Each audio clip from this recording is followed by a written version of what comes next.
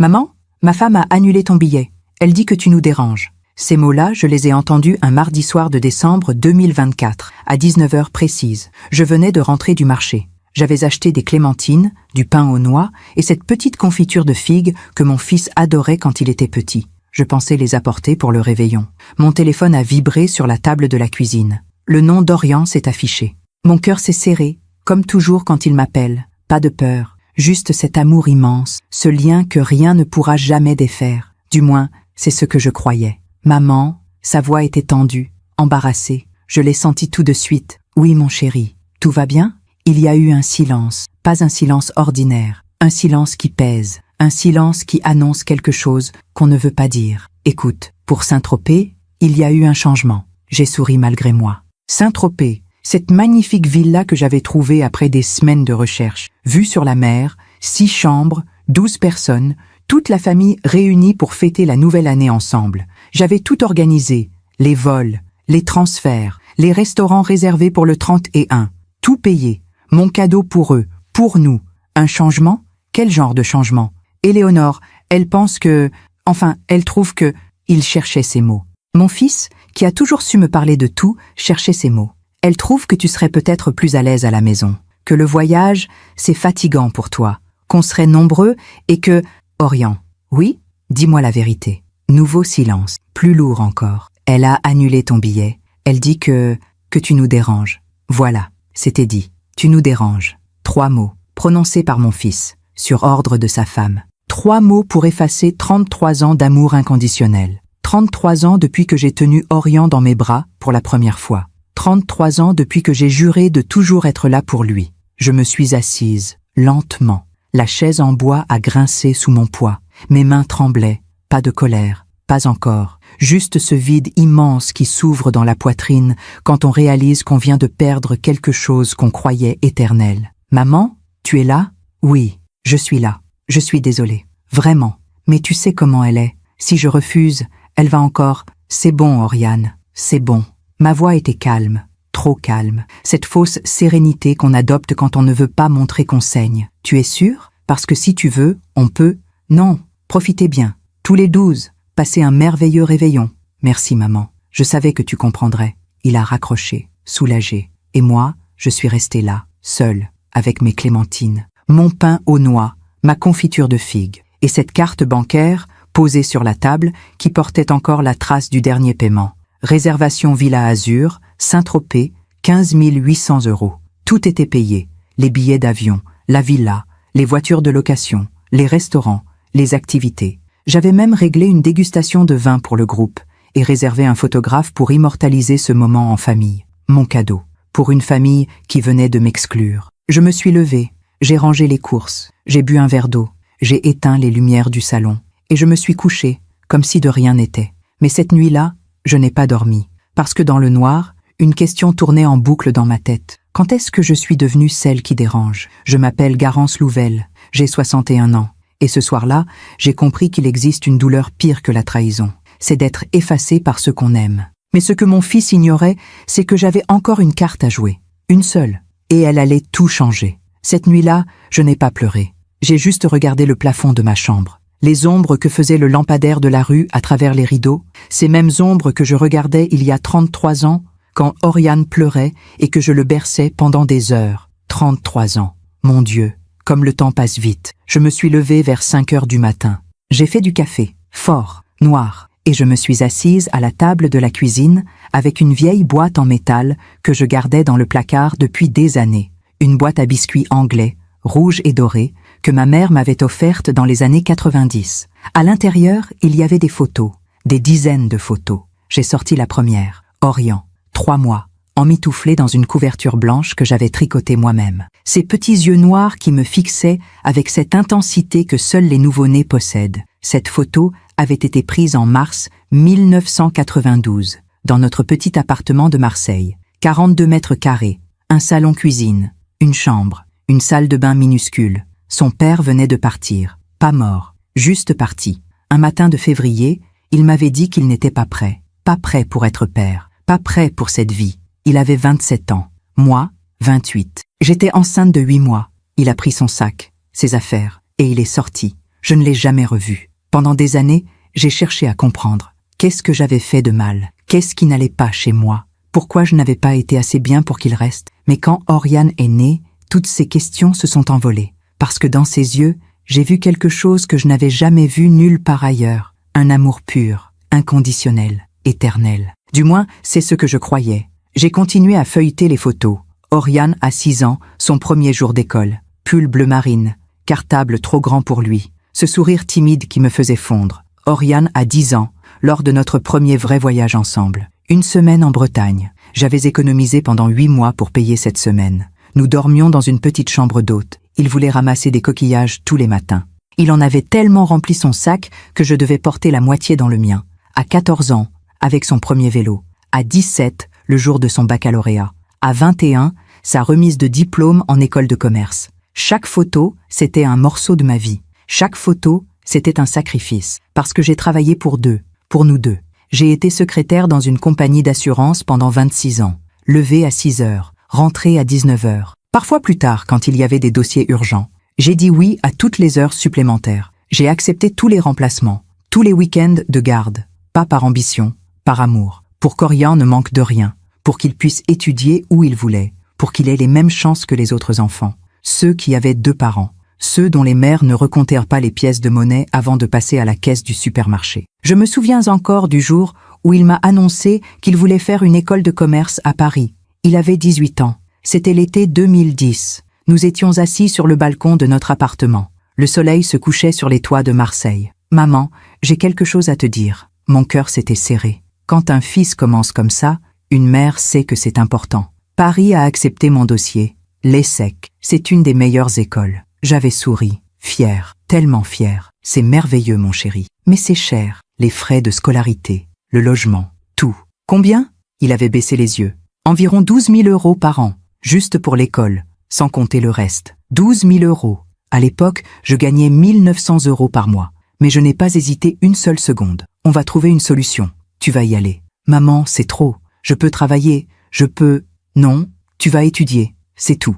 Et j'ai tenu parole. J'ai pris un crédit, j'ai revendu la voiture, j'ai déménagé dans un appartement encore plus petit, 32 mètres carrés, pas de balcon, vue sur un mur gris, mais peu importait, parce qu'Oriane avait son avenir devant lui. Pendant 3 ans, je lui ai envoyé de l'argent tous les mois, pour le loyer, pour les livres, pour qu'il puisse sortir avec ses amis, pour qu'il ne se sente pas différent. Il m'appelait tous les dimanches. « Comment tu vas, maman ?»« Très bien, mon chéri. »« Et toi ?»« Super. On a eu une soirée incroyable hier soir. On est allé dans un restaurant japonais génial. C'est bien. Amuse-toi. » Je ne lui disais jamais que je mangeais des pâtes tous les soirs, que j'avais annulé mon abonnement à la salle de sport, que je marchais 1 heure pour aller au travail pour économiser les tickets de bus, parce que son bonheur valait tous les sacrifices. En 2013, il a eu son diplôme. Il a trouvé un travail dans une entreprise de conseil à Paris. Un bon salaire, un bel appartement dans le 10e arrondissement, une nouvelle vie. Et moi, j'étais heureuse, vraiment heureuse. Parce que j'avais réussi. Mon fils avait tout ce dont il avait besoin, tout ce que je n'avais jamais eu. Puis, en 2017, il m'a annoncé qu'il avait rencontré quelqu'un. Elle s'appelle Éléonore. Elle travaille dans la même entreprise que moi. Tu vas l'adorer, maman. J'ai posé la photo, celle où nous étions tous les deux en Bretagne. Ses petites mains pleines de sable, mon bras autour de ses épaules. Et j'ai pensé à cette phrase qu'il m'avait dite la veille. Elle dit que tu nous déranges. Mes mains ont commencé à trembler. Pas de colère, de chagrin. Parce que j'ai compris quelque chose ce matin-là, à 5 heures passées, devant ma boîte de photos et mon café noir. J'ai compris qu'on peut tout donner à quelqu'un, son temps, son argent, sa vie entière. Et qu'un jour, ce même quelqu'un peut vous regarder droit dans les yeux et vous dire que vous dérangez. Comme si vous n'aviez jamais existé. Comme si rien de tout cela n'avait compté. J'ai refermé la boîte, lentement. J'ai bu la dernière gorgée de mon café. Et je me suis dit une chose, une seule. Je ne vais pas pleurer. Pas encore, parce qu'il me restait une dernière chose à faire avant de laisser cette douleur m'envahir. Une dernière chose qui allait leur montrer exactement ce que signifie le mot « déranger ». La première fois que j'ai rencontré Éléonore, c'était en août 2017. Oriane m'avait invité à Paris pour un week-end. Il voulait me la présenter. J'avais pris le TGV un vendredi matin, 3 heures de trajet. J'avais mis ma plus belle robe, bleu marine, celle que je gardais pour les grandes occasions. J'avais même acheté un nouveau rouge à lèvres, parce que je voulais faire bonne impression. Je voulais qu'elle m'aime, qu'elle voie en moi une alliée, une amie, peut-être même, un jour, une seconde mère. Oriane m'attendait à la gare, grand, élégant. Mon petit garçon était devenu un homme, costume gris, cheveux bien coiffés, ce sourire que je connaissais par cœur. Maman, il m'a serré dans ses bras, fort, comme quand il était petit et qu'il rentrait de l'école. Tu es magnifique, toi aussi mon chéri. Nous avons marché jusqu'à un café près de la gare de Lyon. Un endroit chic, nappe blanche, serveur en gilet noir, le genre d'endroit où je n'allais jamais à Marseille. Elle était déjà là, assise à une table près de la fenêtre, cheveux blonds attachés en chignon, tailleur beige impeccable, lunettes de soleil relevées sur la tête. Elle tapotait sur son téléphone avec des ongles parfaitement manucurés. « Éléonore, voici ma mère. Maman, voici Éléonore. » Elle a levé les yeux, m'a regardé de haut en bas, une fraction de seconde. Juste assez pour que je sente ce regard qui scanne, qui évalue, qui juge. Puis elle a souri. Un sourire parfait, calculé, professionnel. Enchantée, Garance. Oriane m'a tellement parlé de vous. Sa poignée de main était ferme, presque trop, comme si elle voulait montrer quelque chose dès le premier contact. Nous nous sommes assises. Oriane rayonnait. Il était heureux, amoureux. Je voyais dans ses yeux cette lueur qu'ont les hommes quand ils ont trouvé celle qu'ils veulent épouser. « Alors, Garance, vous vivez toujours à Marseille ?»« Oui, depuis toujours. C'est charmant, Marseille.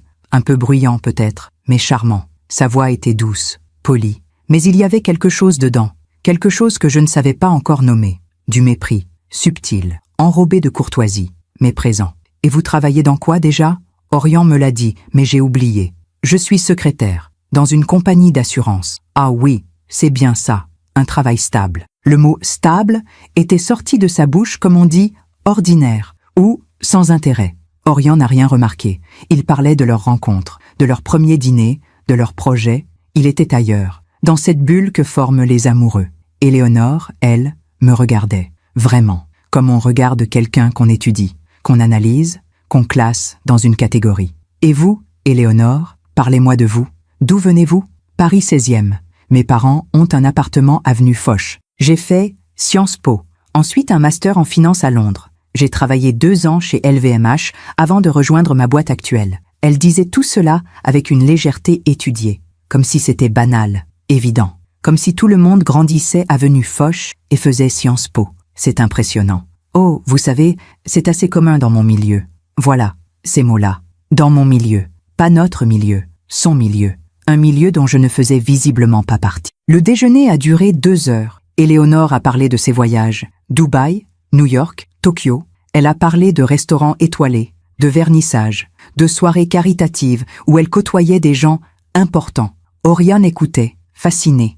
Et moi, je souriais, je posais des questions, je hochais la tête. Je jouais mon rôle de future belle-mère bienveillante et discrète. Mais à l'intérieur, quelque chose se serrait, parce que je voyais bien ce qui se passait. Éléonore ne me voyait pas comme une égale. Elle me voyait comme un problème, un poids, une femme de province, sans diplôme prestigieux, sans relations, sans argent.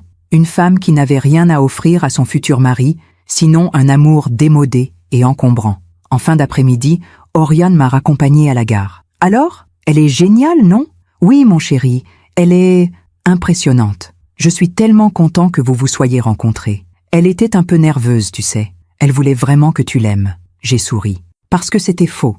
Éléonore n'était pas nerveuse. Elle était en contrôle, total. Et elle venait de décider que je n'avais pas ma place dans leur vie. Je l'avais vu dans ses yeux, dans sa façon de parler de son milieu, de ses voyages, de ses amis. Jamais une fois elle n'avait dit « nous ».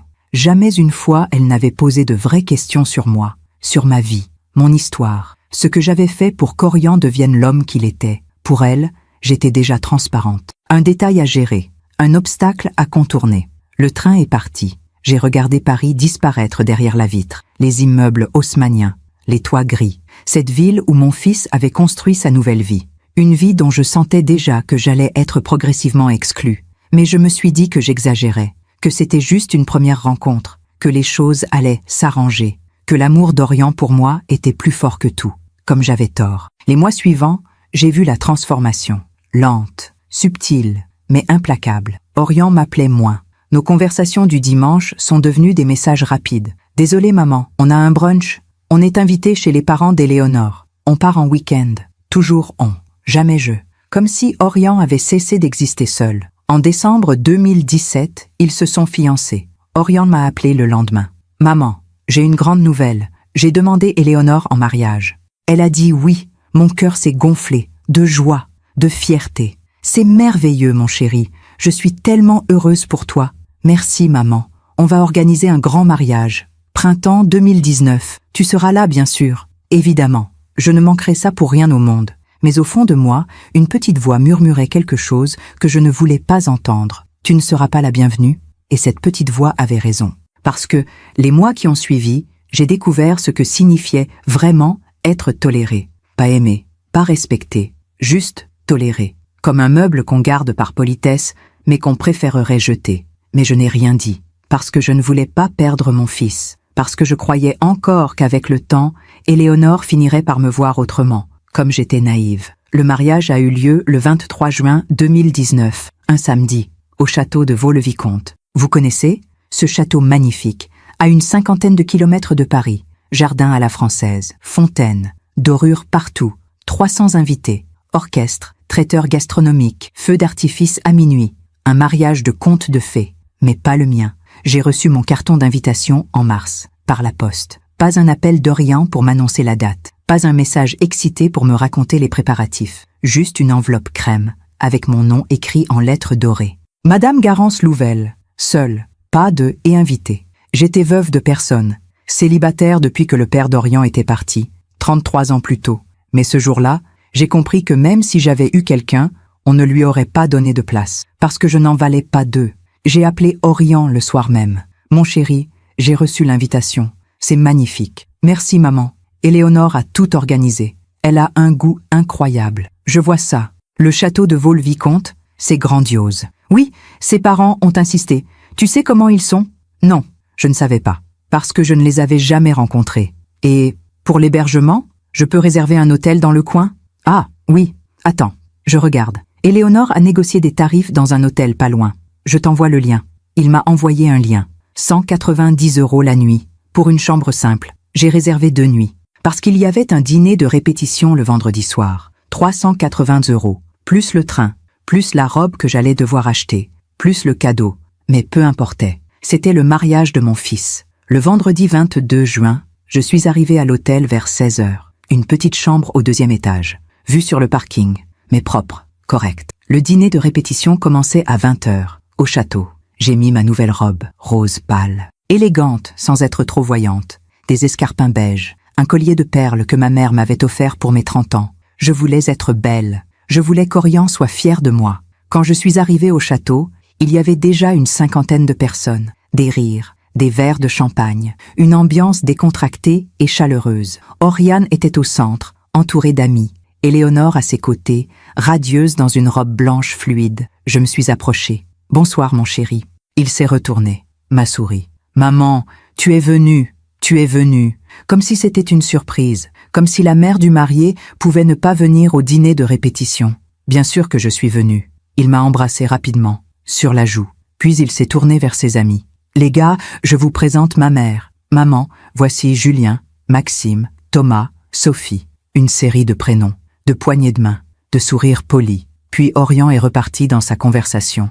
Et je suis restée là, debout, mon verre de champagne à la main. Seule au milieu de 50 personnes qui se connaissaient toutes. Personne ne m'a adressé la parole. Personne ne m'a demandé d'où je venais, ce que je faisais, comment j'allais. J'étais invisible, une ombre dans la lumière des autres. Au bout de 10 minutes, je me suis assise sur une chaise près d'une fenêtre. J'ai regardé les jardins, les fontaines illuminées, les gens qui riaient, et j'ai bu mon champagne en silence. À 20h30, on nous a appelés pour passer à table. Il y avait 5 grandes tables rondes, 10 personnes par table. Des petits cartons indiquèrent les places. J'ai cherché le mien. Table numéro 4, tout au fond de la salle, avec des cousins éloignés d'Éléonore que je ne connaissais pas. Oriane était à la table numéro 1, avec Éléonore, ses parents, ses témoins, ses meilleurs amis, à 15 mètres de moi. Je me suis assise. J'ai souri aux gens autour de moi. J'ai fait semblant d'écouter leurs conversations sur leur maison de campagne en Normandie, leurs enfants qui faisaient HEC, leurs vacances aux Maldives. Et pendant tout le dîner, je n'ai pas quitté Orient des yeux. Mon petit garçon, celui que j'avais bercé pendant des nuits entières, celui pour qui j'avais sacrifié mes économies, mes week-ends, mes rêves. Il riait, il portait des toasts, il embrassait Éléonore. Il ne m'a pas regardé une seule fois, pas une seule fois. Comme si j'étais un détail, un figurant dans son histoire. Le lendemain, Le jour du mariage, les choses ont empiré. La cérémonie était prévue à 15 heures. J'étais là à 14 heures, assise au 3e rang, côté marié. Sauf que le premier rang était réservé aux parents de la mariée, le 2e aux témoins. Et moi, la mère du marié, j'étais au 3e, derrière des gens que je ne connaissais pas. Quand Orion est entré, mon cœur s'est arrêté. Il était magnifique, costume bleu marine, cravate grise, les cheveux coiffés en arrière, ce regard ému qu'ont les hommes le jour de leur mariage. Puis Éléonore est apparue, robe de dentelle blanche, traîne de 3 mètres, bouquet de pivoine blanche. Tout le monde s'est levé, tout le monde a applaudi. Elle a remonté l'allée au bras de son père, un homme distingué, cheveux gris, regard sévère. Il portait un costume sur mesure qui devait coûter plus que mon salaire mensuel. Et quand elle est arrivée à l'hôtel, quand son père l'a confiée à Orion, j'ai vu quelque chose. Un regard. Le père d'Éléonore a regardé son gendre avec fierté, puis il a balayé la salle du regard. Et quand ses yeux sont tombés sur moi, il y a eu un flottement, une fraction de seconde, comme s'il se demandait qui j'étais. Puis il s'est détourné. La cérémonie a duré 45 minutes. Belle, émouvante, des vœux écrits à la main, des larmes, des promesses d'amour éternel. À aucun moment, Orion n'a parlé de moi. Pas un mot, pas un remerciement, pas un regard vers le 3e rang où sa mère essayait de ne pas pleurer. Après la cérémonie, il y a eu le cocktail, puis le dîner, puis les discours. Le père d'Éléonore a parlé pendant 10 minutes, de sa fille, de son éducation, de ses valeurs, de l'homme exceptionnel qu'elle avait choisi. Le témoin d'Orion a parlé de leurs années d'école, de leurs voyages, de leurs fous rires. Éléonore a parlé de leur rencontre, de leur amour, de leur avenir. Et Orion a parlé de sa chance, de son bonheur, de cette famille extraordinaire qu'il rejoignait. Je remercie mes beaux-parents de m'accueillir dans leur famille. Je remercie mes amis d'être là. Je remercie Éléonore de m'avoir choisi. Pas un mot sur moi. Pas un mot sur celle qu'il avait élevée seule. Pas un mot sur les sacrifices, les nuits blanches, les crédits, les années de solitude. Rien. J'étais effacée, comme si je n'avais jamais existé. Le soir, après les feux d'artifice, je suis rentrée à l'hôtel, seule, en taxi. Pendant que 300 personnes dansaient jusqu'à l'aube, je me suis assise sur le lit, j'ai enlevé mes chaussures, j'ai défait mon chignon. Et là, enfin, j'ai pleuré. Pas de rage, de chagrin. Parce que ce jour-là, j'ai compris quelque chose. Mon fils avait honte de moi, de mes origines, de mon métier, de ma vie simple. Éléonore lui avait offert un autre monde, un monde de luxe, de prestige, de relations. Et dans ce monde-là, je n'avais pas ma place. J'étais celle qu'on cache, celle qu'on met au 3e rang, celle dont on ne parle pas dans les discours. Mais malgré tout ça, malgré cette douleur qui me déchirait la poitrine, je me suis dit que j'allais continuer à l'aimer, continuer à être là, parce que c'était mon fils, et qu'une mère ne renonce jamais, même quand son enfant l'oublie. Les années ont passé. 2020, 2021, 2022. Je les voyais de moins en moins, 1 ou 2 fois par an. Noël, parfois Pâques, des déjeuners rapides, des conversations superficielles. Éléonore parlait de leurs projets, leur nouvel appartement dans le 7e arrondissement, leurs vacances aux Seychelles, le voilier qu'ils voulaient acheter. Et moi, je souriais, je posais des questions, je m'intéressais, parce que je voulais rester dans leur vie, même à la marge, même en silence. Puis est arrivé décembre 2024. Et cette idée, organiser une grande réunion de famille pour le Nouvel An. Toute la famille, les cousins d'Orion, mes nièces, leurs enfants, 12 personnes, une semaine à Saint-Tropez, villa avec vue sur la mer, tout compris, mon cadeau, pour montrer à Éléonore que moi aussi, je pouvais offrir du rêve, que moi aussi, j'avais ma place dans ce monde qu'elle contrôlait. J'ai tout organisé, tout payé, 15 800 €, l'équivalent de 8 mois d'économie, mais ça valait le coup, parce que je voulais qu'Orion soit fier de moi, je voulais qu'il dise « Merci, maman ». Je voulais exister à nouveau. Et puis, ce mardi soir de décembre, le téléphone a sonné et tout s'est effondré. Après avoir raccroché ce mardi soir de décembre 2024, je suis restée immobile pendant 1 heure. Peut-être plus, je ne sais plus vraiment. Le temps s'était arrêté. Ma cuisine, ma table, ma tasse de thé refroidie, tout était exactement pareil qu'avant l'appel. Mais moi, j'avais changé. Quelque chose s'était cassé à l'intérieur. Pas d'un coup.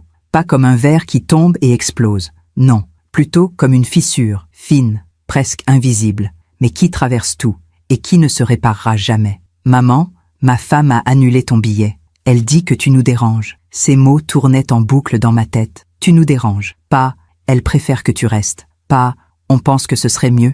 Non, Tu déranges, comme un meuble encombrant, comme un invité dont on ne veut pas, comme un poids qu'on traîne par obligation. J'ai ouvert mon ordinateur, lentement. J'ai cherché dans mes emails la confirmation de réservation. Villa Azur, Saint-Tropez, date 28 décembre 2024, 4 janvier 2025. 12 personnes. Montant total, 15 800 €. Tout était là. Les billets d'avion pour les 12. Marseille-Nice, Nice-Marseille, aller-retour. La location de 3 voitures, parce qu'on ne pouvait pas tous tenir dans une seule. Les restaurants. J'avais réservé 4 dîners dans des établissements magnifiques. Vue sur mer, fruits de mer, champagne. L'excursion en bateau pour le 31 décembre. Une journée entière, déjeuner inclus. Le photographe pour immortaliser le réveillon. J'avais même commandé des cadeaux personnalisés pour chacun. Des petites attentions, parce que je voulais que tout soit parfait. 15 800 €. Mon compte en banque affichait maintenant 1 200 €. 1 200 € pour tenir jusqu'à la fin du mois de janvier, parce que ma retraite tombait le 5 février. Mais ça ne m'avait pas dérangé, parce que j'avais imaginé leur visage, leur joie, leurs remerciements. J'avais imaginé Orion qui me serrerait dans ses bras en disant « Merci maman, c'est incroyable ce que tu as fait ». J'avais imaginé qu'enfin, j'aurais ma place, pas au 3e rang, pas dans un coin, mais au centre, comme celle qui avait offert ce cadeau, comme celle qui comptait. Quelle idiote j'avais été. J'ai relu l'email d'Orion qu'il m'avait envoyé 3 semaines plus tôt. « Maman, c'est génial, toute la famille est hyper excitée. Éléonore dit que c'est une idée merveilleuse, les enfants n'arrêtent pas d'en parler. Tu es la meilleure, je t'aime, la meilleure. » 3 semaines plus tard, j'étais celle qui dérangeait. Qu'est-ce qui avait changé? Rien. Tout. Éléonore avait décidé que je n'avais plus ma place, et Oriane avait obéi, comme toujours. Depuis leur mariage, j'avais remarqué ce glissement progressif, cette façon qu'avait Oriane de dire « on » alors qu'il parlait d'elle, cette façon qu'il avait de reformuler ses opinions à elle comme si c'était les siennes. « Maman, on pense que tu devrais moderniser ton appartement. Maman, on trouve que tu devrais voyager plus. Maman, on se dit que tu travailles trop. On, toujours on, jamais je. » Comme s'il avait cessé d'exister en tant qu'individu. Comme s'il était devenu le prolongement d'Éléonore. J'ai fermé l'ordinateur. Je me suis levée. J'ai marché jusqu'à la fenêtre du salon. Dehors, il faisait nuit. Les lampadaires de la rue éclairaient les trottoirs vides. Marseille dormait. Et moi, je me demandais ce que j'allais faire. Accepter? Sourire et dire « ce n'est pas grave » Faire comme si cette humiliation ne m'avait pas détruite? Pendant des années, c'est ce que j'avais fait. J'avais avalé les silences, les oublis, les exclusions. J'avais souri au 3e rang du mariage. J'avais fait semblant de ne pas remarquer que mon nom n'était jamais mentionné dans les discours. J'avais accepté d'être la grand-mère qu'on voit 2 fois par an, le temps d'un déjeuner rapide. Parce que je croyais que si je restais douce, patiente, discrète, les choses finiraient par s'arranger. Que l'amour reviendrait. Que mon fils se souviendrait. Mais ce soir-là, devant cette fenêtre, dans le noir de mon salon, j'ai compris quelque chose. L'amour ne revient pas. Pas quand on le piétine. Pas quand on le prend pour acquis, pas quand on l'efface petit à petit, année après année, jusqu'à ce qu'il ne reste plus rien. Mon téléphone a vibré. Un message d'Orion. « Merci d'avoir compris, maman. Tu es vraiment formidable. On t'enverra plein de photos. Bisous. » J'ai relu ce message 5 fois. Merci d'avoir compris. Comme si j'avais eu le choix, comme si mon avis comptait. On t'enverra plein de photos. Pour que je puisse voir ce que j'avais raté. Pour que je puisse regarder ma famille profiter de vacances que j'avais payées, sans moi. Quelque chose est monté dans ma poitrine. Pas de la colère, pas encore. Plutôt une clarté, froide, implacable. Une lucidité que je n'avais jamais eue auparavant. Pendant 33 ans, j'avais tout donné. Mon temps, mon argent, ma vie. Et pendant 7 ans, depuis l'arrivée d'Éléonore, j'avais tout accepté. Les humiliations, les silences, les oublis. Parce que je ne voulais pas faire de vagues. Parce que je ne voulais pas être celle qui dérange. Mais ce soir, j'avais compris. Peu importait ce que je faisais. Peu importait à quel point j'étais discrète, généreuse, compréhensive. Pour Éléonore, j'allais toujours déranger. Parce que ma simple existence lui rappelait qu'Orion avait eu une vie avant elle. Qu'il avait une mère qui l'avait aimée avant qu'elle n'arrive. Qu'il lui devait quelque chose. Et ça, elle ne pouvait pas le supporter. Alors elle m'effaçait, petit à petit, méthodiquement. Et Oriane la laissait faire. Par amour, par confort, par lâcheté. Peu importe. Le résultat était le même. J'étais seule. Je me suis assise à mon bureau. J'ai ouvert mon ordinateur. J'ai cherché le numéro de la Villa Azur. Il était 22h30, trop tard pour appeler. Mais je ne pouvais pas attendre. Pas une nuit de plus, pas une minute de plus. J'ai composé le numéro. Ça a sonné 3 fois. Villa Azur, bonsoir. Margot à l'appareil. La voix était jeune, professionnelle, chaleureuse. Bonsoir, je m'appelle Garance Louvel. J'ai une réservation à votre nom. Du 28 décembre au 4 janvier. Réservation numéro VA 2024-1847. Oui, Madame Louvel, tout est en ordre. Nous avons bien votre groupe de 12 personnes. Vous arrivez samedi prochain? Mon cœur battait fort, trop fort. Justement, il y a un problème. Je ne vais pas pouvoir venir. Oh, je suis désolée de l'entendre. Vous souhaitez annuler la réservation? J'ai fermé les yeux.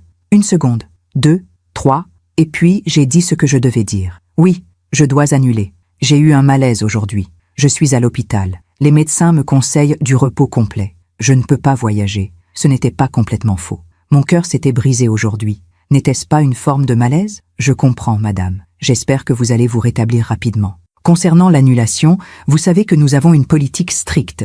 La réservation a été faite il y a 2 mois, et nous sommes à moins de 10 jours de votre arrivée. Normalement, il n'y a pas de remboursement. Je sais. Mais compte tenu des circonstances médicales, est-il possible de faire un geste? Il y a eu un silence. Laissez-moi vérifier avec ma directrice. Je peux vous rappeler demain matin?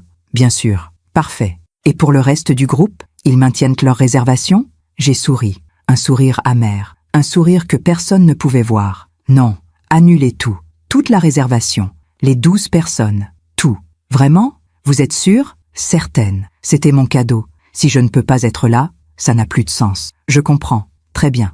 Je procède à l'annulation complète. Nous vous recontacterons demain concernant le remboursement partiel. Merci Margot. Je vous en prie, madame. Et bon rétablissement. J'ai raccroché. Mes mains tremblaient. Pas de peur, pas de regret. Non, elles tremblaient parce que pour la première fois de ma vie, je venais de faire quelque chose pour moi. Pas pour Orient, pas pour maintenir la paix. Pour moi, pour ma dignité, pour cette partie de moi qui refusait d'être piétinée une fois de plus. J'ai regardé l'heure. 22h45. Dans 5 jours, Oriane et sa famille allaient arriver à l'aéroport de Nice. Ils allaient prendre leurs 3 voitures de location. Ils allaient rouler jusqu'à Saint-Tropez. Et quand ils arriveraient à la Villa Azur, quand ils diraient leur nom à l'accueil, on leur dirait « Désolé, la réservation a été annulée ». Et là, ils comprendraient. Ils comprendraient ce que ça fait d'être exclu, ce que ça fait d'être traité comme un détail, ce que ça fait de découvrir, au dernier moment, que ce qu'on croyait acquis n'existe plus. Mon téléphone était sur la table.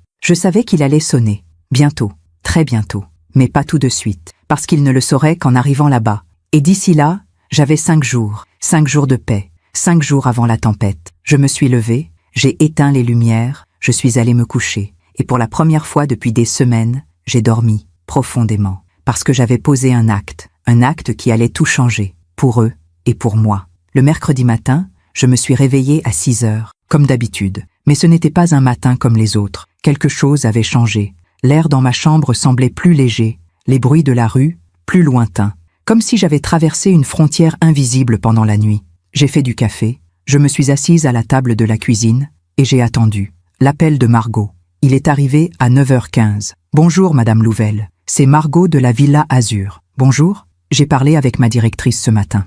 Compte tenu de votre situation médicale, nous acceptons de vous rembourser 50% du montant total, 7 900 €. Le virement sera effectué sous 5 à 7 jours ouvrés. 7 900 €. Ce n'était pas tout, mais c'était déjà ça. Merci Margot, c'est très généreux de votre part. Je vous en prie, nous espérons vous accueillir une prochaine fois dans de meilleures circonstances. Bon rétablissement, madame. Elle a raccroché. 7 900 € qui allèrent revenir sur mon compte, mais surtout, une réservation annulée, pour 12 personnes. Qui l'ignorait encore? J'ai regardé mon téléphone. Pas de message d'Orient, pas d'appel, rien.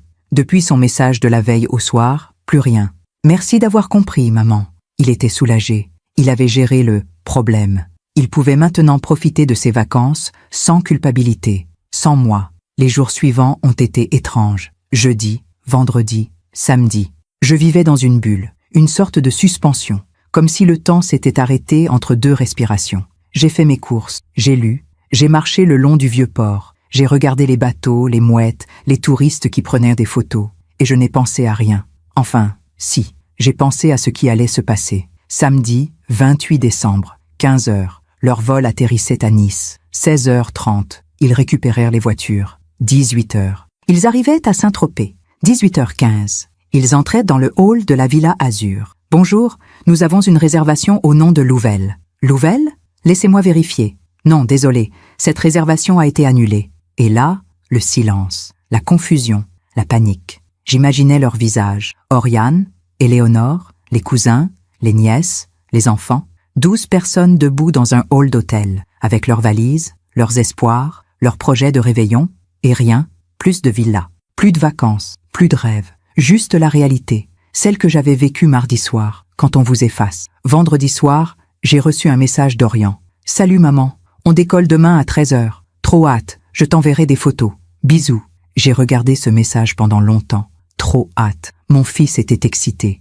Il allait passer une semaine de rêve. Grâce à moi, sans moi, j'aurais pu répondre, lui dire la vérité, le prévenir, mais je ne l'ai pas fait. Parce qu'il ne m'avait pas prévenu, lui. Quand Éléonore avait décidé de m'exclure, il ne m'avait pas demandé mon avis.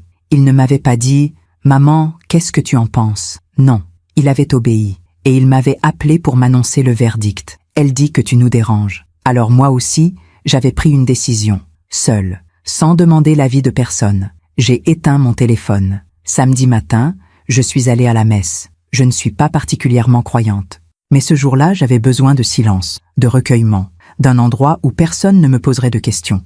L'église était presque vide. Quelques personnes âgées, une famille avec 2 enfants, un homme seul au dernier rang. Je me suis assise, j'ai fermé les yeux et j'ai prié. Pas pour demander pardon. Je n'avais rien fait de mal. J'avais juste refusé d'être piétinée une fois de plus. Non, j'ai prié pour avoir la force d'assumer ce qui allait venir. Parce que je savais que mon téléphone allait exploser, que les appels allaient pleuvoir, que la colère, les reproches, les accusations allaient déferler, et qu'il faudrait que je tienne bon, que je ne cède pas, que je ne m'excuse pas, parce que je n'avais rien à me faire pardonner. À midi, je suis rentrée chez moi. J'ai préparé un déjeuner simple. Salade, fromage, pain. J'ai mangé lentement. À 13h, leur avion décollait. À 15h, ils atterrissaient. À 18h, ils découvriraient la vérité. Mon téléphone était toujours éteint. Je l'ai laissé sur la table de la cuisine. Éteint, silencieux, comme un objet mort. Les heures ont passé. 14h, 15h, 16h. À 16h30, j'ai imaginé Oriane récupérer les clés des voitures de location. Parfait, monsieur Louvel. 3 véhicules. Voici vos contrats. Bonnes vacances. Il devait sourire. Plaisanter avec les cousins. Charger les valises. Installer les enfants sur les sièges arrière. Tout allait bien. Pour l'instant. 17h. Il roulait sur l'autoroute. Direction Saint-Tropez. Musique dans les voitures. Rire. Excitation. Dans 1 heure, on y est. J'ai trop hâte de voir la villa. Garance a vraiment assuré. C'est incroyable ce qu'elle a organisé. Garance, celle qui dérangeait, celle qu'on avait exclue, celle qui, à cet instant précis, était assise dans son petit appartement de Marseille, seule, calme, en train de boire un thé à la bergamote. 18h. J'ai regardé l'horloge murale de ma cuisine. La petite aiguille venait de toucher le 6. Il devait arriver. Les voitures se garant devant la villa, les portières qui claquent, les enfants qui courent, l'excitation. On est arrivé. C'est encore plus beau que sur les photos. Puis, l'entrée dans le hall, le sourire de l'hôtesse. « Bonjour, bienvenue à la Villa Azur. Vous avez une réservation ?»« Oui, au nom de Louvel. » Garance Louvel, le cliquetis du clavier, le froncement de sourcils. « Louvel, attendez. » Le silence qui s'étire. « Je suis désolée, mais cette réservation a été annulée. » J'ai fermé les yeux. J'ai imaginé le visage d'Oriane, la confusion, l'incompréhension. « Comment ça, annulé ? Il doit y avoir une erreur. »« Non, monsieur. La réservation a été annulée mercredi dernier, par Madame Louvel elle-même. » Le choc, le regard qu'il devait échanger avec Éléonore, puis le réflexe. Sortir son téléphone, composer mon numéro. 18h05, j'ai rallumé mon téléphone, lentement. L'écran s'est allumé, et en quelques secondes, les notifications ont explosé. 4 appels manqués, 7 appels manqués, 15 appels manqués, 23 appels manqués, des messages, des dizaines de messages. « Maman, appelle-moi. Urgent. Maman, qu'est-ce qui se passe? Maman, ils disent que tu as annulé. C'est quoi ce délire? Maman, réponds. On est devant l'hôtel. On ne comprend rien.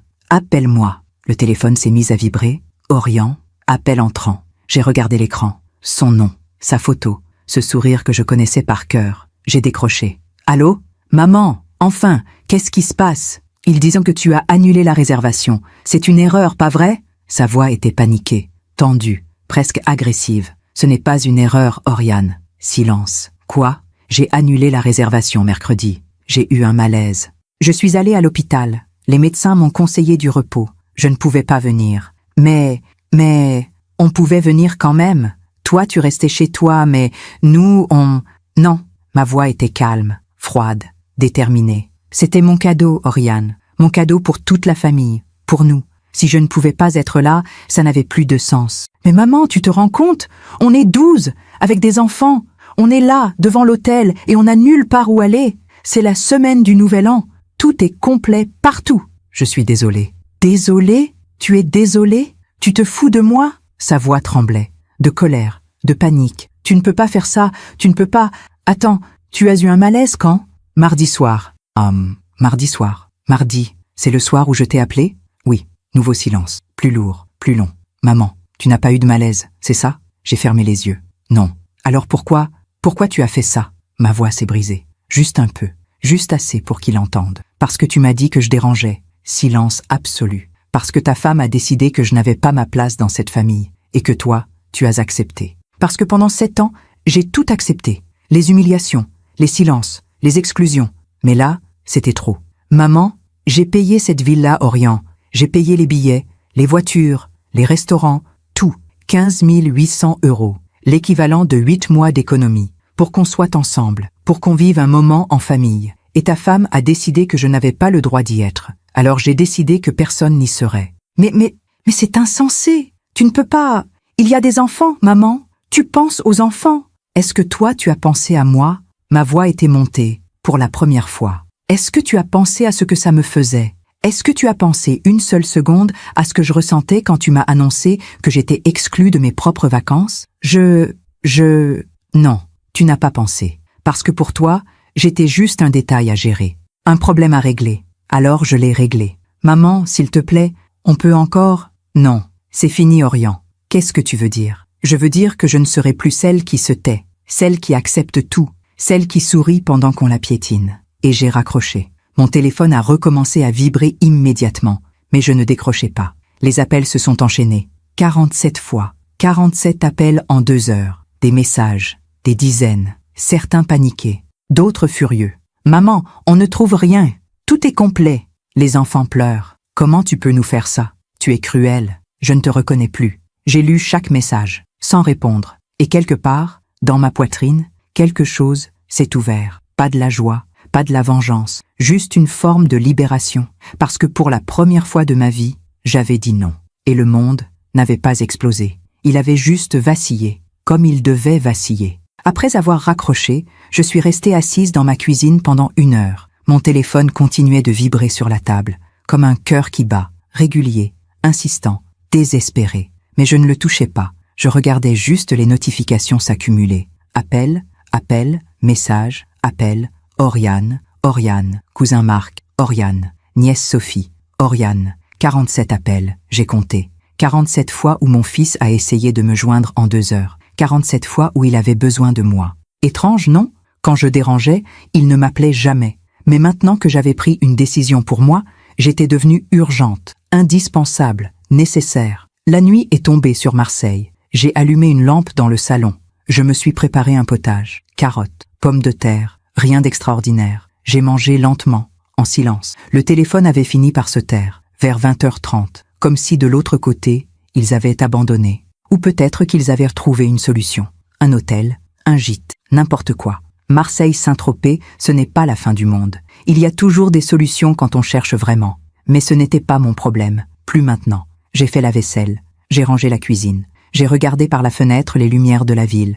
Et puis, à 22h15, mon téléphone a vibré une dernière fois. Un message, pas d'Orient, de Sophie, ma nièce, 42 ans. La fille de ma sœur cadette, décédée il y a 5 ans d'un cancer. Tante Garance. On a trouvé un hôtel à Hyères, 3 chambres. Ce n'est pas ce qui était prévu, mais on s'en sortira.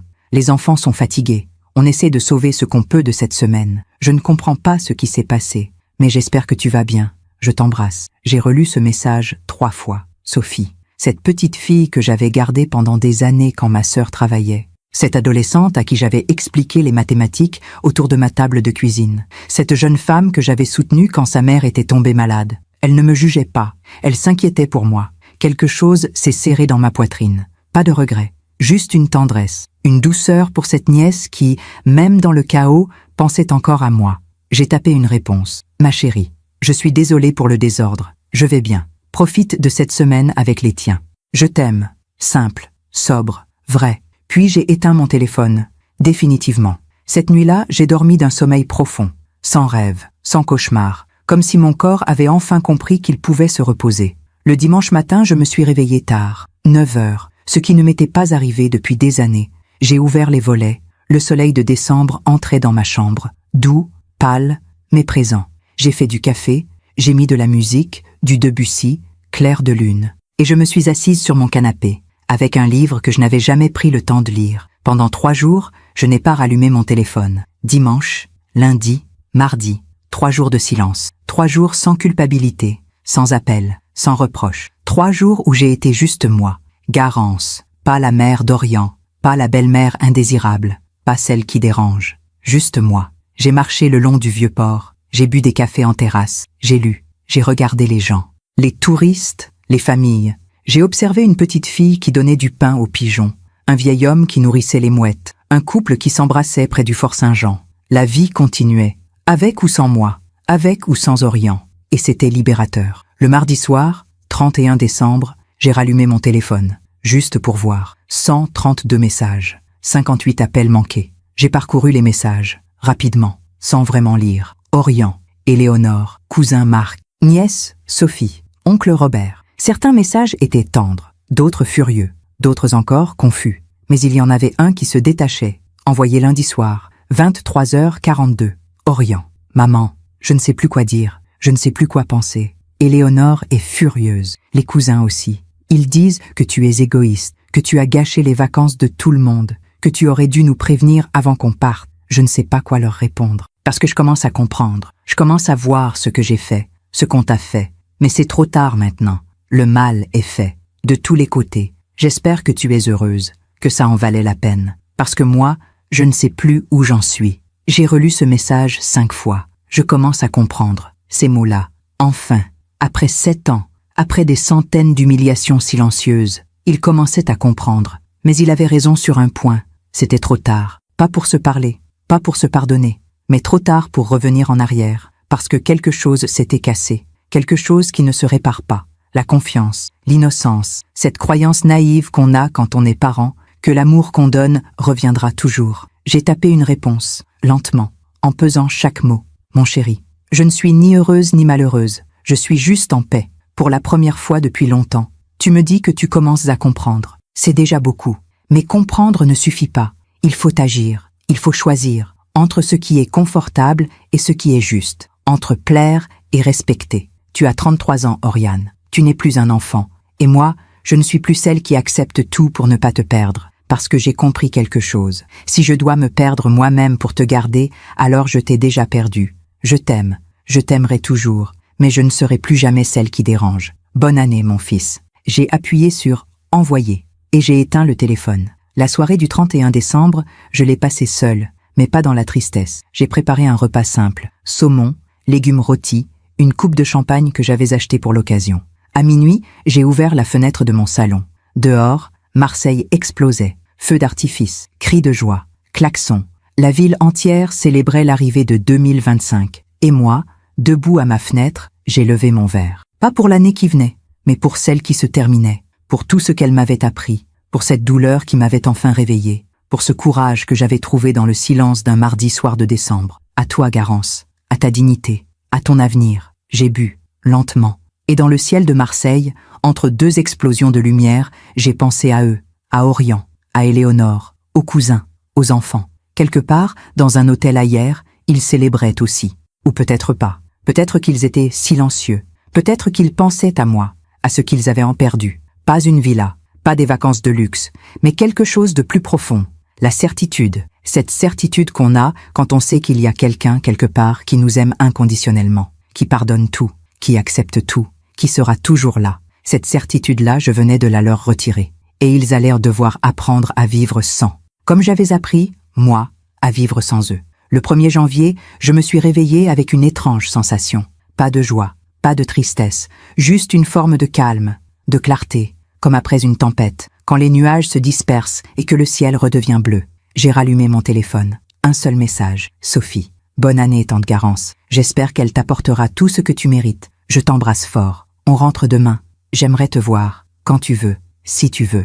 J'ai souri. Ma petite Sophie, celle qui n'avait pas jugé, celle qui était restée douce. J'ai répondu.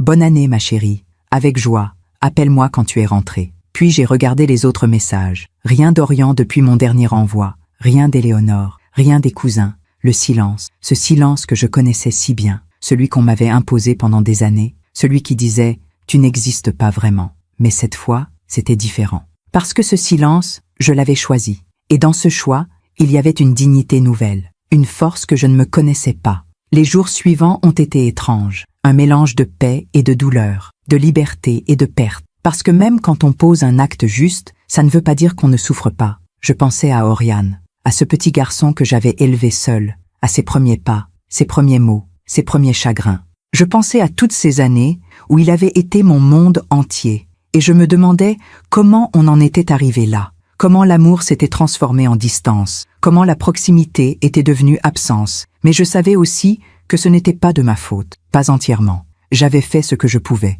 j'avais donné ce que j'avais, mais on ne peut pas forcer quelqu'un à nous voir, on ne peut pas obliger quelqu'un à nous respecter. On peut juste décider de ne plus accepter d'être invisible, et c'est ce que j'avais fait. Le 3 janvier, Sophie est venue me voir. On a pris un café dans ma cuisine, comme avant, comme quand elle était petite et qu'elle me racontait ses journées d'école. Tante Garance, qu'est-ce qui s'est vraiment passé? J'ai souri, doucement.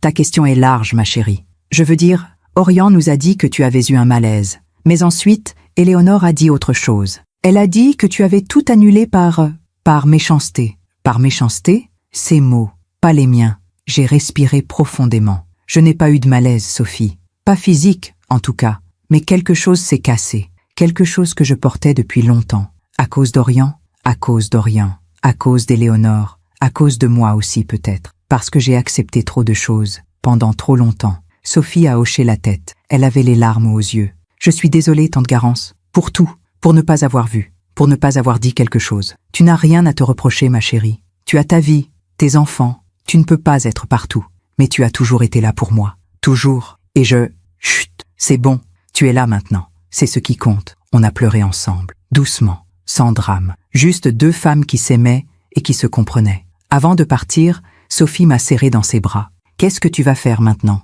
Je ne sais pas encore. Vivre, je suppose, différemment. Et Oriane?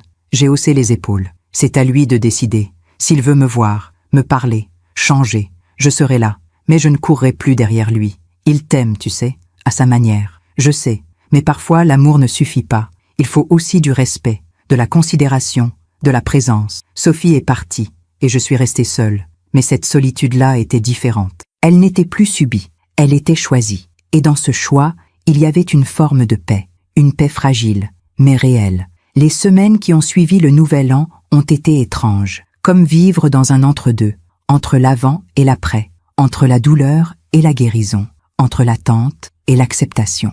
Janvier 2025 s'est installé doucement, froid, pluvieux. Ces journées grises typiques de l'hiver marseillais où le Mistral souffle et où les rues se vident. Je continuais ma vie, mes courses, mes promenades, mes lectures, mais quelque chose avait changé.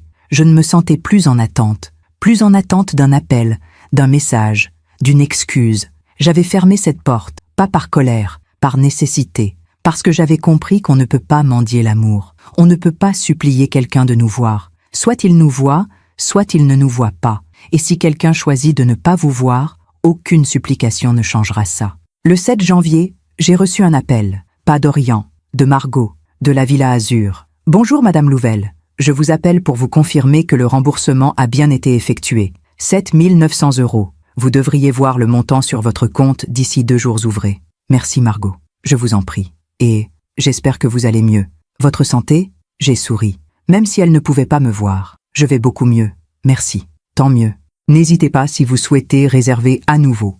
Nous serions ravis de vous accueillir. Elle a raccroché. 7 900 €. La moitié de ce que j'avais dépensé. Mais c'était déjà ça. De quoi reconstituer un peu mes économies. De quoi respirer jusqu'à ma prochaine retraite en février. Le 9 janvier, Sophie est revenue me voir, avec ses 2 enfants. Lucas, 7 ans, Emma, 5 ans. Ils se sont jetés dans mes bras en criant « Tati Garance !» et mon cœur s'est gonflé. ces petits, ces innocents, qui m'aimaient, sans condition, sans jugement. On a passé l'après-midi ensemble, j'ai fait des crêpes, on a joué aux cartes, on a ri, et pendant quelques heures, j'ai oublié. J'ai oublié Orient, Éléonore, Saint-Tropez. J'ai juste été une tante, une arrière-cousine, quelqu'un qui comptait. Avant de partir, Sophie m'a prise à part. Tante Garance, je dois te dire quelque chose. Quoi donc? J'ai parlé avec Orient. Hier soir, il m'a appelé. Mon cœur s'est serré, malgré moi. Ah, il est perdu. Il ne sait pas quoi faire. Éléonore est furieuse contre toi. Elle dit que tu as humilié toute la famille, qu'elle ne te pardonnera jamais. Je vois. Mais Orient, il a dit quelque chose. Il a dit « Je crois que maman avait raison.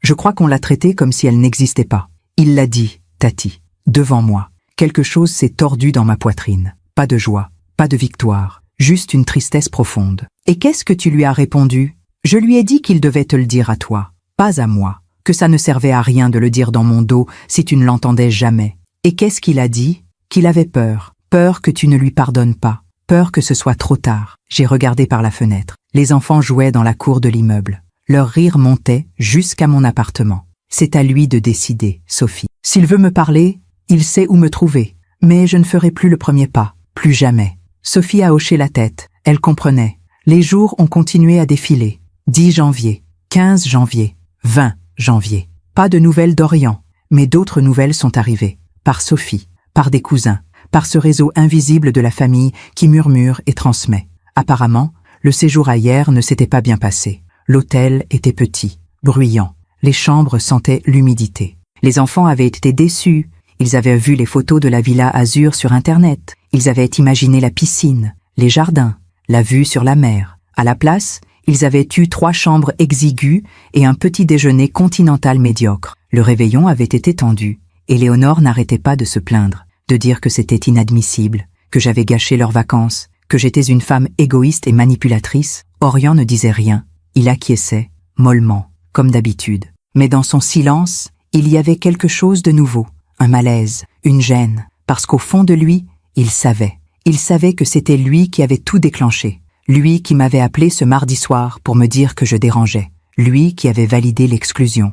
Les cousins, eux, étaient repartagés. Certains me soutenaient, discrètement. Ils comprenaient. Ils avaient vu, eux aussi, comment Éléonore me traitait, comment Orient m'oubliait. D'autres étaient furieux. Surtout ceux qui avaient des enfants.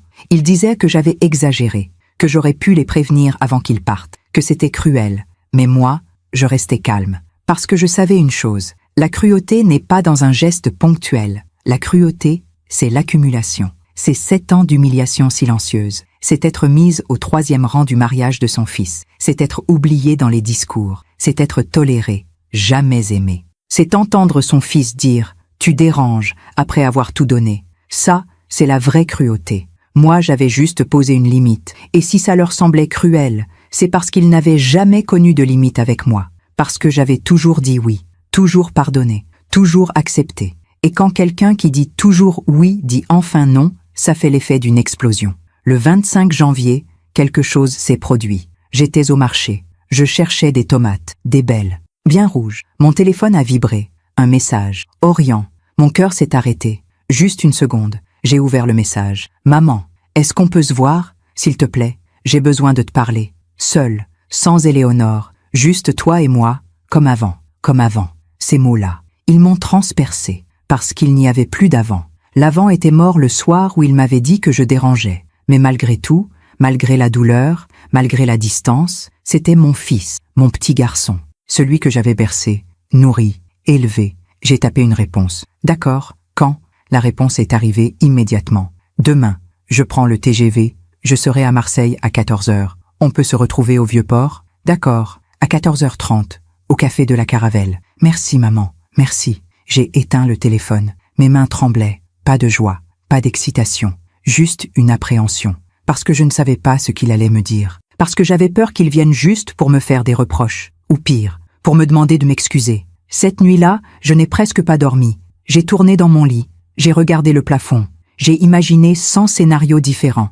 Orient qui pleure, Orient qui crie, Orient qui s'excuse, Orient qui part. À 6 heures du matin, j'ai renoncé à dormir. Je me suis levée, j'ai fait du café, j'ai regardé le soleil se lever sur Marseille, et je me suis préparée. Pas physiquement, mentalement, émotionnellement. J'allais voir mon fils, mais je ne savais plus qui il était. L'homme qui m'avait exclu ou le petit garçon qui me tenait la main. Le 26 janvier, à 14h25, j'étais assise à une table du café de la Caravelle, face au vieux port, face au bateau, face à cette mer que j'avais toujours connue. J'avais commandé un thé. Je ne l'avais pas touché. Je regardais juste les gens passer. Les touristes, les pêcheurs, les mouettes qui criaient. Et puis, à 14h30 précise, je l'ai vu. Orion. Il marchait vers moi, grand, mince, les mains dans les poches de son manteau gris. Il avait l'air fatigué, des cernes sous les yeux, les traits tirés, comme quelqu'un qui n'a pas bien dormi depuis des semaines. Il s'est arrêté devant la table. « Bonjour maman, bonjour Oriane ». On s'est regardé, longtemps, sans rien dire. Et dans ce silence, il y avait toute notre histoire, tout l'amour, toute la douleur, toute la distance. Il s'est assis, a commandé un café, noir, sans sucre, comme son père. Cette pensée m'a traversée, fugace, douloureuse. « Merci d'être venue, maman. C'est normal. » Non, ce n'est pas normal. Après ce que j'ai fait, après ce qu'on t'a fait, tu aurais pu refuser. J'ai hoché la tête, sans rien dire. Je ne sais pas par où commencer. Par le commencement, peut-être. Il a souri, tristement. Le commencement, c'est quand, exactement? Quand j'ai rencontré Éléonore? Quand on s'est mariés? Quand j'ai commencé à t'oublier? Je ne sais pas, mon chéri. C'est à toi de me le dire. Il a baissé les yeux, a joué avec sa cuillère, comme quand il était petit et qu'il avait fait une bêtise. Je crois que ça a commencé le jour où Éléonore m'a dit que tu étais différente. Différente comment? Différente de sa mère, de ses amis, de son milieu. Elle disait que tu étais simple, que tu ne comprenais pas notre monde, que tu serais mal à l'aise dans nos soirées, dans nos dîners. Chaque mot était un coup, mais je ne bronchais pas. Et toi, qu'est-ce que tu as répondu? Rien. J'ai acquiescé, comme toujours. Pourquoi? Il a levé les yeux vers moi. Ils étaient pleins de larmes, parce que j'avais peur. Peur de quoi? De la perdre, de perdre cette vie, ce monde qu'elle m'offrait, ses parents, leurs relations, leur argent, leur statut. J'avais peur que si je te défendais, si je la contredisais, elle me quitte. Et moi? Tu n'avais pas peur de me perdre, moi? Sa voix s'est brisée. Non, parce que je savais que tu serais toujours là, que tu me pardonnerais toujours, que tu m'aimerais toujours, quoi qu'il arrive. Les larmes coulaient, maintenant, sur ses joues, sans bruit. J'ai pris ton amour pour acquis, maman. Pendant des années, je me suis dit que tu comprendrais, que c'était normal que je construise ma vie, que je m'éloigne, que je te vois moins. Je me suis dit que c'était ça, grandir. Grandir, ce n'est pas oublier d'où on vient, Oriane. Je sais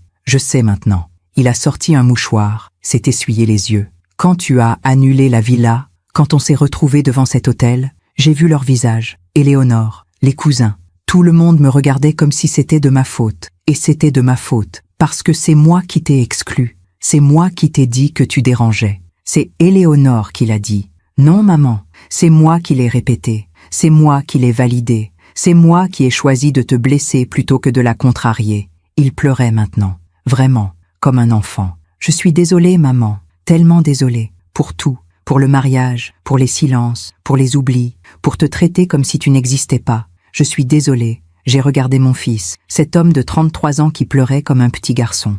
Et quelque chose s'est ouvert dans ma poitrine. Pas de joie, pas de pardon immédiat, juste une forme de tendresse, douloureuse, fragile, mais présente. Orion, je t'entends.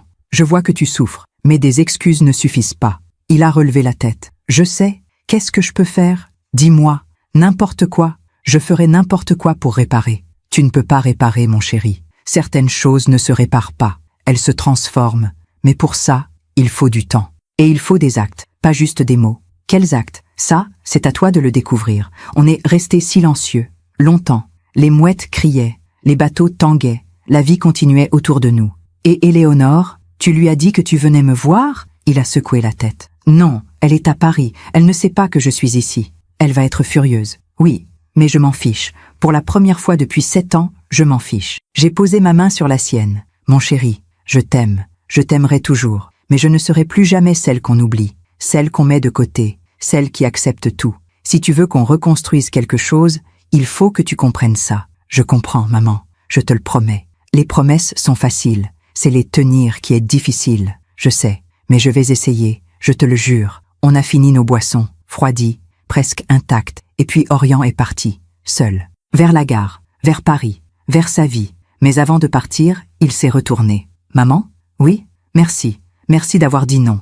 Merci de m'avoir montré qui j'étais devenue. Et il est parti. Je suis restée assise, longtemps, face à la mer, et j'ai pleuré. Pas de tristesse, pas de joie, juste de soulagement. Parce que quelque chose venait de se passer. Quelque chose de fragile, mais de réel. Mon fils m'avait vu. Enfin, après le départ d'Orient, je suis restée assise au café pendant 1 heure. Peut-être plus. Le serveur est venu débarrasser nos tasses. Il m'a demandé si je voulais autre chose. J'ai commandé un autre thé, que je n'ai pas bu non plus. Je regardais juste la mer, les vagues, les bateaux, le ciel qui changeait de couleur à mesure que l'après-midi avançait. Et je réfléchissais à ce qui venait de se passer, à ces larmes dans les yeux de mon fils, à cette phrase qu'il avait dite « J'ai pris ton amour pour acquis ». Ces mots tournaient en boucle dans ma tête, parce qu'ils étaient vrais, terriblement vrais. Pendant 33 ans, j'avais été la constante, celle qui pardonne, celle qui attend, celle qui aime sans condition.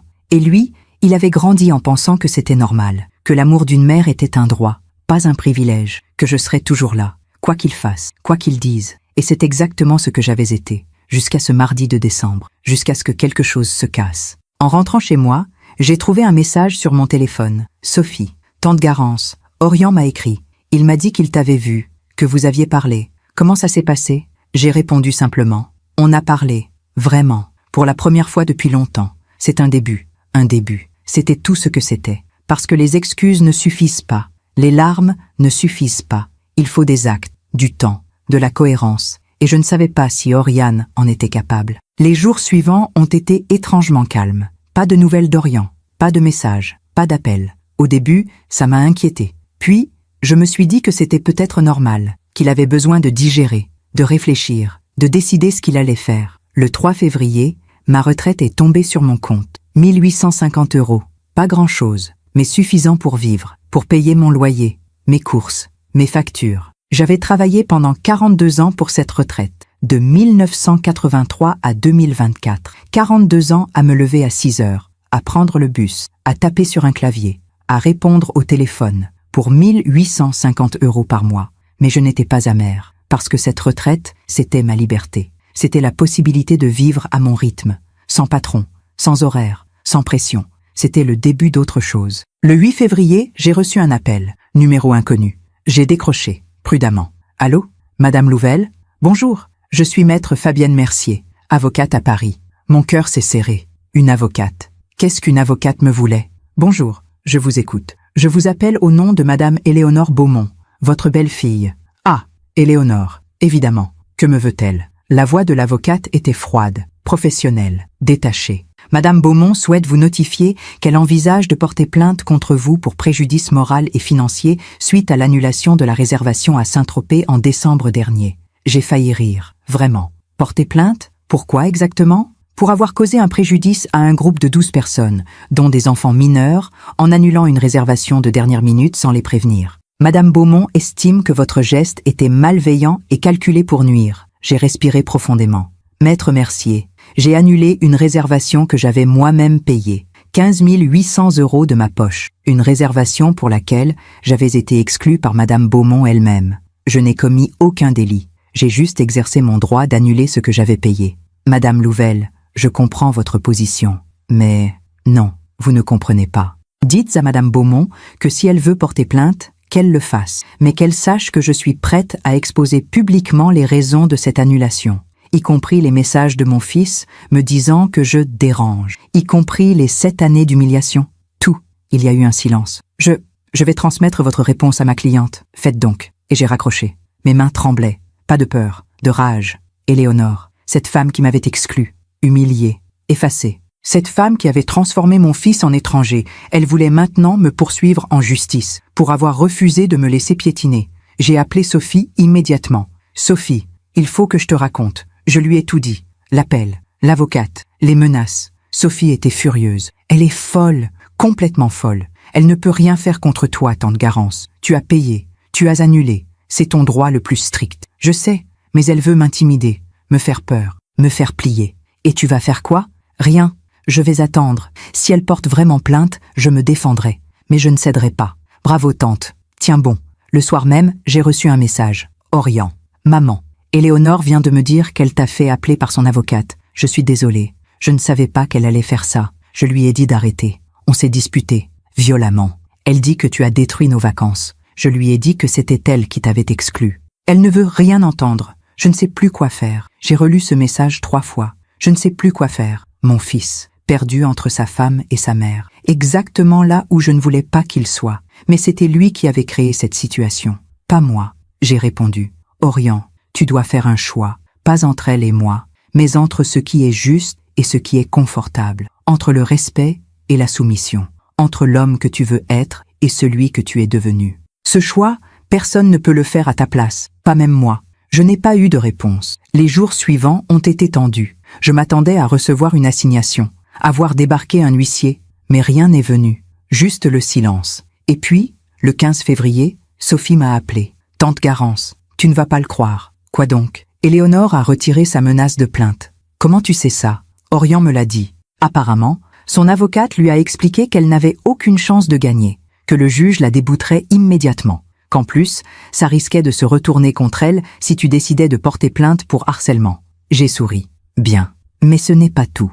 Orion a dit autre chose. Il a dit qu'il avait pris une décision. Quelle décision?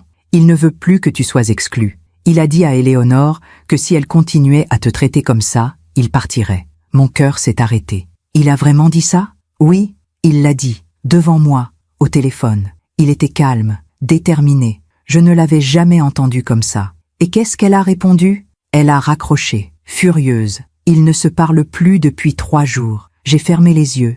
Mon fils, mon petit garçon, il avait enfin posé un acte. Mais à quel prix? Sophie, tu crois qu'il va vraiment la quitter? Je ne sais pas, tante, mais je sais qu'il a changé. Quelque chose s'est cassé en lui. Quelque chose qui le maintenait dans cette soumission. Et maintenant, il voit vraiment. On a parlé encore un peu, puis on a raccroché, et je me suis assise dans mon salon, dans le silence. Je ne savais pas quoi ressentir. J'étais soulagée, fière, inquiète, triste, tout à la fois, parce que je n'avais jamais voulu ça. Je n'avais jamais voulu que mon fils divorce. Je n'avais jamais voulu détruire son mariage. Je voulais juste qu'il me respecte, qu'il me voie, qu'il se tienne debout. Les semaines suivantes ont été étranges. Février a laissé place à mars. Le printemps commençait à pointer. Les mimosas fleurissaient, les jours rallongeaient, et moi, je vivais dans une sorte de suspension. J'avais des nouvelles d'Orion, par message, court, factuel. Ça va, maman? Je réfléchis. Je prends du temps pour moi.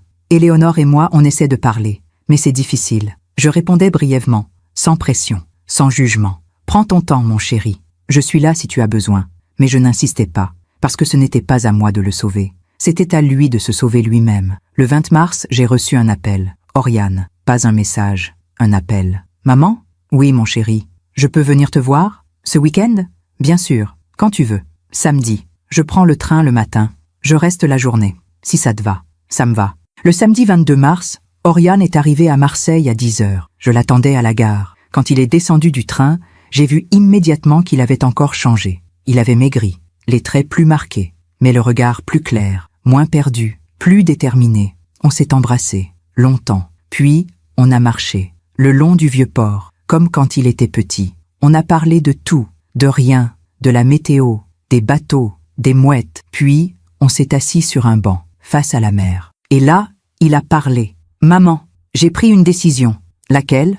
Éléonore et moi, on se sépare. Mon cœur s'est serré. Orion? Non, laisse-moi finir. Ce n'est pas à cause de toi. Enfin, pas directement. C'est à cause de moi, de ce que je suis devenue avec elle, de cet homme que je ne reconnais plus. Tu es sûre de toi? Oui, pour la première fois depuis longtemps, je suis sûre. Il a pris ma main. Pendant 7 ans, j'ai vécu dans un mensonge. Je me suis dit que c'était ça, l'amour. Obéir, plaire, s'effacer. Mais ce n'était pas de l'amour, c'était de la soumission. Et dans cette soumission, j'ai perdu tout le monde. Toi, moi, même elle, au fond. Elle sait? Oui, on en a parlé hier. Elle était furieuse. Elle a dit que c'était de ta faute, que tu m'avais monté contre elle. Je lui ai dit que non, que c'était moi, que j'avais juste ouvert les yeux. Comment elle a réagi? Elle a pleuré, puis elle a crié. Puis elle est partie chez ses parents. On doit se revoir la semaine prochaine pour parler des détails. L'appartement, les affaires. Tout ça. J'ai regardé mon fils, cet homme de 33 ans qui venait de faire le choix le plus difficile de sa vie. Oriane, je suis fière de toi. Il a souri, tristement. Tu es la première à me dire ça. Mes amis pensent que je suis fou. Ses parents m'ont envoyé un message insultant. Même certains cousins disent que je fais une erreur. Peu importe ce que les autres pensent. Ce qui compte, c'est ce que toi, tu penses, ce que toi, tu ressens. Je me sens libre. Pour la première fois depuis 7 ans, je respire. On est resté assis là pendant longtemps, à regarder la mer, les bateaux, le ciel. Et dans ce silence partagé, quelque chose s'est réparé. Pas tout, mais un peu. Avant de repartir, Orion m'a serré dans ses bras. Merci maman. De quoi? De ne pas avoir cédé. De m'avoir montré ce que signifie avoir de la dignité. De m'avoir appris, même à 33 ans, qu'on ne doit jamais accepter d'être piétiné. C'est une leçon que j'ai apprise tard moi aussi. Mais tu l'as apprise, et tu me l'as transmise. Il est parti, vers la gare, vers Paris, vers sa nouvelle vie. Et moi, je suis rentré chez moi, le cœur un peu plus léger, parce que quelque chose s'était passé, quelque chose que je n'avais pas cherché, mais qui était arrivé quand même. La justice, pas celle des tribunaux, pas celle des avocats, mais celle de la vie, cette justice silencieuse qui fait que, tôt ou tard, les conséquences de nos actes nous rattrapent. Éléonore avait passé 7 ans à m'exclure, à m'humilier, à effacer mon existence, et maintenant, c'était elle qui se retrouvait seule. Oriane avait passé 7 ans à me prendre pour acquise, à m'oublier, à me mettre de côté, et maintenant, il devait reconstruire sa vie, seul. Moi, j'avais perdu du temps, de l'argent, des illusions, mais j'avais gagné quelque chose de plus précieux, ma dignité, mon respect de moi-même, et la certitude que je ne serai plus jamais celle qui accepte tout. La vie finit toujours par rendre ce qu'on lui donne. Et ce soir-là, en regardant le soleil se coucher sur Marseille, j'ai compris quelque chose. Je n'avais pas besoin de vengeance, parce que la vie s'en était chargée, naturellement, simplement, justement. Les mois ont passé, doucement, comme coule une rivière, sans bruit, sans drame, juste le mouvement naturel du temps qui avance. Mars, avril, mai. Le printemps s'est installé à Marseille. Les jacarandas sont fleuris, les terrasses se sont remplies. La ville a repris des couleurs, et moi aussi, pas d'un coup, pas comme dans les films, mais petit à petit, comme on guérit d'une blessure profonde, il reste une cicatrice, toujours, mais la douleur s'estompe, et un jour, on se réveille, et on se rend compte qu'on peut à nouveau respirer sans que ça fasse mal. Oriane et Éléonore ont divorcé en avril, un divorce rapide, sans enfant, sans bien commun compliqué, juste la séparation de 2 personnes qui s'étaient trompées, lui sur elle sur lui. Ou peut-être tous les deux sur ce qu'ils croyaient être l'amour. Oriane a déménagé. Un petit appartement dans le 11e arrondissement, 2 pièces, vue sur une cour intérieure. Rien de luxueux, rien de prestigieux. Mais c'était à lui. Et dans ce « à lui », il y avait une liberté nouvelle. Il m'appelait maintenant, régulièrement. Pas par obligation, par envie. « Salut maman, comment tu vas ? » ?»« Bien mon chéri. Et toi ? » ?»« Ça va, je m'habitue. C'est étrange de vivre seul. Mais c'est bien, je redécouvre qui je suis. » Ces conversations-là, je les chérissais, parce qu'elles étaient vraies, simples, sans artifice, comme avant Éléonore, avant Paris, avant tout. En mai, il est venu passer un long week-end à Marseille, 3 jours, chez moi. Il a dormi sur le canapé du salon, comme quand il était étudiant et qu'il rentrait pour les vacances. On a cuisiné ensemble, on a marché le long de la mer, on a parlé de tout, de rien, de son travail, de ses projets, de ses regrets. Un soir, on était assis sur mon petit balcon. Le soleil se couchait, orange, rose, magnifique. « Maman, je peux te poser une question ? » ?»« Bien sûr. Est-ce que tu m'as pardonné ? » J'ai réfléchi, longtemps, parce que ce n'était pas une question simple. Le pardon, Oriane, ce n'est pas un interrupteur qu'on allume ou qu'on éteint. Ce n'est pas un moment où on dit « c'est bon, c'est pardonné » et tout redevient comme avant. Alors c'est quoi ? C'est un chemin, un processus. Parfois, on pardonne un jour, et le lendemain, la douleur revient. Et il faut pardonner à nouveau. Et encore, jusqu'à ce que, petit à petit, ça devienne plus facile. Et toi, tu es où sur ce chemin ? Je suis en route, je ne suis plus en colère. Je ne te veux pas de mal, mais je ne suis pas encore complètement guéri.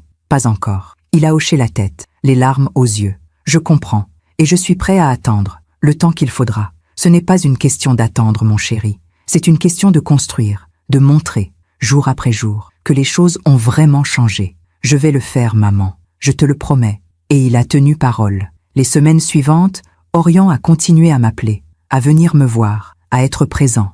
Pas de façon étouffante, pas de façon culpabilisante, juste présent. Et dans cette présence, quelque chose s'est reconstruit, lentement, fragile, mais réel. En juin, Sophie m'a invité à un déjeuner, chez elle, dans sa maison à Aix-en-Provence. Il y avait les enfants, son mari, quelques cousins, et Oriane. C'était la première fois qu'on se retrouvait tous ensemble depuis Saint-Tropez, depuis le chaos. Le scandale, les 47 appels. J'ai eu peur, en arrivant. Peur des regards, des jugements, des silences lourds. Mais quand je suis entrée, Sophie m'a serrée dans ses bras. Tante Garance, je suis tellement contente que tu sois là. Les enfants ont couru vers moi. Lucas, Emma, ils m'ont montré leurs dessins, leurs jouets, leurs histoires. Et petit à petit, la tension s'est dissipée. On a mangé, on a ri, on a parlé. Certains cousins m'ont présenté leurs excuses. Garance, on n'avait pas compris. On était en colère sur le moment. Mais maintenant, on voit. On voit ce que tu as vécu. Et on est désolé. D'autres sont restés distants, polis, mais froids. Et c'était normal. Tout le monde n'avait pas à me comprendre. Tout le monde n'avait pas à me pardonner. Mais ceux qui comptaient vraiment étaient là. Sophie, Orion, les enfants. À la fin du déjeuner, Orion m'a raccompagné à ma voiture. « Maman, merci d'être venue. C'est normal, mon chéri. »« Non, ça ne l'est pas. Après tout ce qui s'est passé, tu aurais pu refuser. Rester chez toi. Te couper de tout le monde. Mais je ne veux pas me couper de tout le monde. Je veux juste qu'on me respecte. Et on va le faire. Je vais le faire. Toute ma vie. » Il m'a embrassé. Fort. Longtemps. Et je suis rentrée chez moi. Le cœur un peu plus léger. Juillet est arrivé. Avec sa chaleur. Ses touristes. Ses plages bondées. J'ai pris l'habitude de me lever tôt.